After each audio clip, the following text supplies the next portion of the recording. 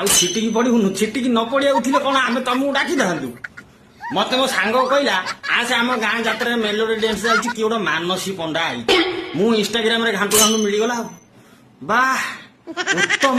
ମତେ ମୋ ସାଙ୍ଗ କହିଲା ବିଶ୍ୱାସ କର ତୁ ଆକୁ ଦେଖିବୁ ଯଦି ନିଶା ମହଣା ଭୁଲିଯିବୁ। ମୁଁ କହିଲି ସିଏ ତ ଆଉ ନାହିଁ, କୁଆଡେ ଯାଇଛି ୱେଷ୍ଟ ବେଙ୍ଗାଲ ନା କଣ ଆଳୁ କେସରେ ଯାଇଛି, ମାନେ ସିଏ ଖାଇବା ଆଳୁ ନୁହଁ ତା ଆଳୁ କେସରେ ଯାଇଛି।